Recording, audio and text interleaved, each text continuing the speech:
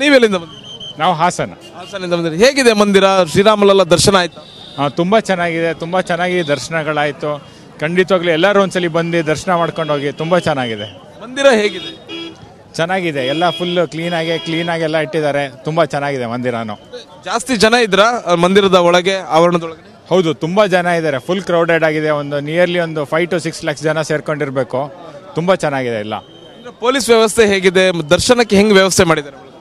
ಎಲ್ಲ ಕ್ಲೀನಾಗಿ ಎಲ್ಲರೂ ನೋಡ್ಕೊಂಡು ಲೈನಾಗಿ ಕ್ಯೂ ಅಲ್ಲೆಲ್ಲ ಬಿಡ್ತಾ ಇದ್ದಾರೆ. ತುಂಬ ಚೆನ್ನಾಗಿದೆ, ಎಲ್ಲ ಕ್ಲೀನಾಗಿ ವ್ಯವಸ್ಥಿತ ಎಲ್ಲ ಚೆನ್ನಾಗಿದೆ.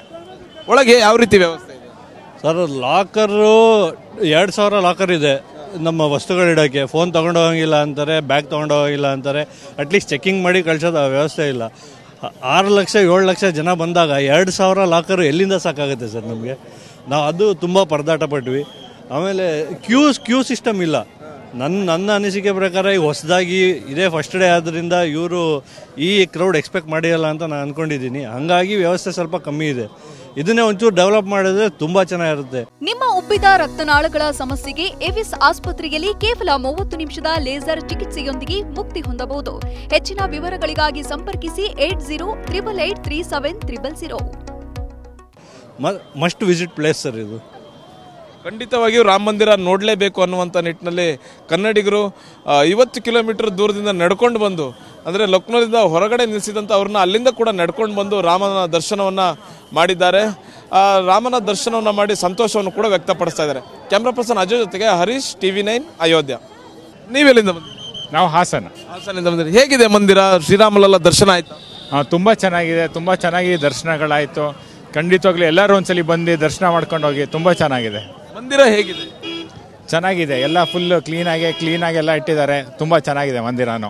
ಜಾಸ್ತಿ ಜನ ಇದ್ರಾ ಮಂದಿರದ ಒಳಗೆ, ಆವರಣದೊಳಗೆ? ಹೌದು, ತುಂಬ ಜನ ಇದ್ದಾರೆ. ಫುಲ್ ಕ್ರೌಡೆಡ್ ಆಗಿದೆ. ನಿಯರ್ಲಿ 5 to 6 lakhs ಜನ ಸೇರ್ಕೊಂಡಿರ್ಬೇಕು.